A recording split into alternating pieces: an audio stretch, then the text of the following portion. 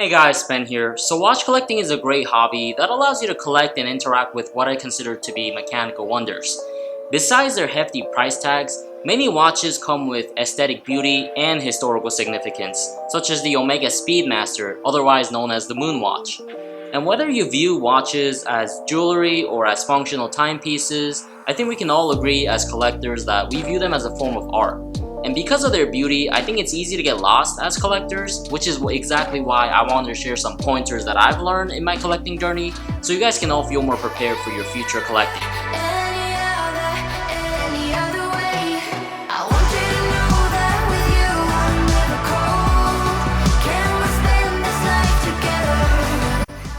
Mistake number one is not getting enough enjoyment out of all the pieces that you have in your collection. I know as watch collectors, we're always on that hunt for that next timepiece, and a lot of us collect watches for the thrill of the chase. But next time you're thinking of purchasing a watch, take a step back and ask yourself, have I gotten enough enjoyment out of all the pieces that I already own? If the answer is no, or if you're unsure, go back to your watches and just make some memories with them. You can take them out to trips and vacations with your family and friends, to special occasions like a friend's wedding, or something as simple as taking your significant other out on a fancy date to a nice restaurant. By making memories with your watches, you're going to establish a stronger bond, and with the stronger bond, you're going to get more enjoyment out of the watches. So at the end of the day, it's just going to make your watch wearing experience that much better. Mistake number two is purchasing too hastily. This ties back in with the last point. If you haven't gotten enough enjoyment out of all the pieces that you already own, try not to purchase anything until you have. And once you have, build up the discipline of saving up for a watch and then waiting about a week or two after you've saved up enough money to make sure it's a piece that you really want to add to your collection. Also, to make your new timepiece more special, try purchasing the watch for a special occasion or a special milestone. This will give your new timepiece a deeper meaning, and it'll just make it that much more special. And usually, these special occasion watches will be the timepieces that'll remain permanent in your collection. Mistake number three is going in depth over the purchase of a watch.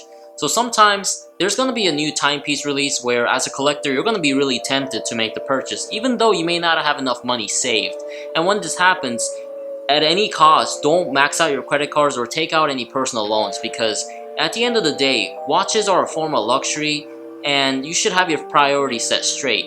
Resist the instant gratification urge and save up money with disposable income and make the purchase later. A lot of watch dealers now have online payment plans with Affirm and PayPal where you can split the cost of the watch and pay monthly. I don't recommend going this route, but if you absolutely must, then I recommend to look for a plan that has no interest rates and something where you can realistically pay it off within the next few months. If you can't even do that, then you should just take a step back and wait for another opportunity later. Mistake number four is not doing enough research. Don't be impatient and jump on the first opportunity to buy the watch that you want. Instead, take a deep breath and take these following things into consideration. Firstly, you want to make sure the size of the watch in question is suitable for your wrist. I know personally I made some mistakes in the past where I bought watches without looking at the size, and they either ended up being too small or too big, so I had to return or sell them. Furthermore, look up watch review videos on YouTube and request additional pictures if you need to. This is going to give you that additional information that's going to help you determine whether this is the watch that you really want to buy.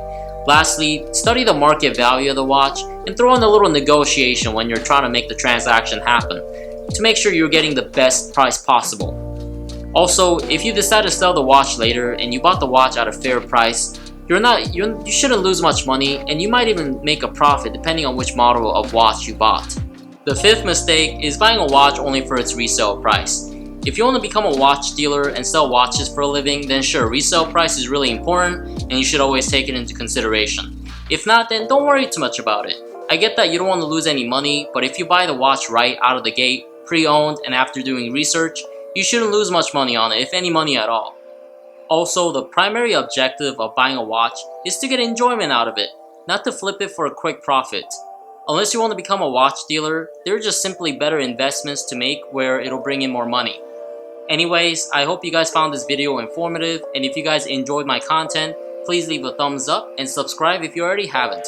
It really does help out the channel a lot. Thank you guys so much for watching, and I'll see you on the next video.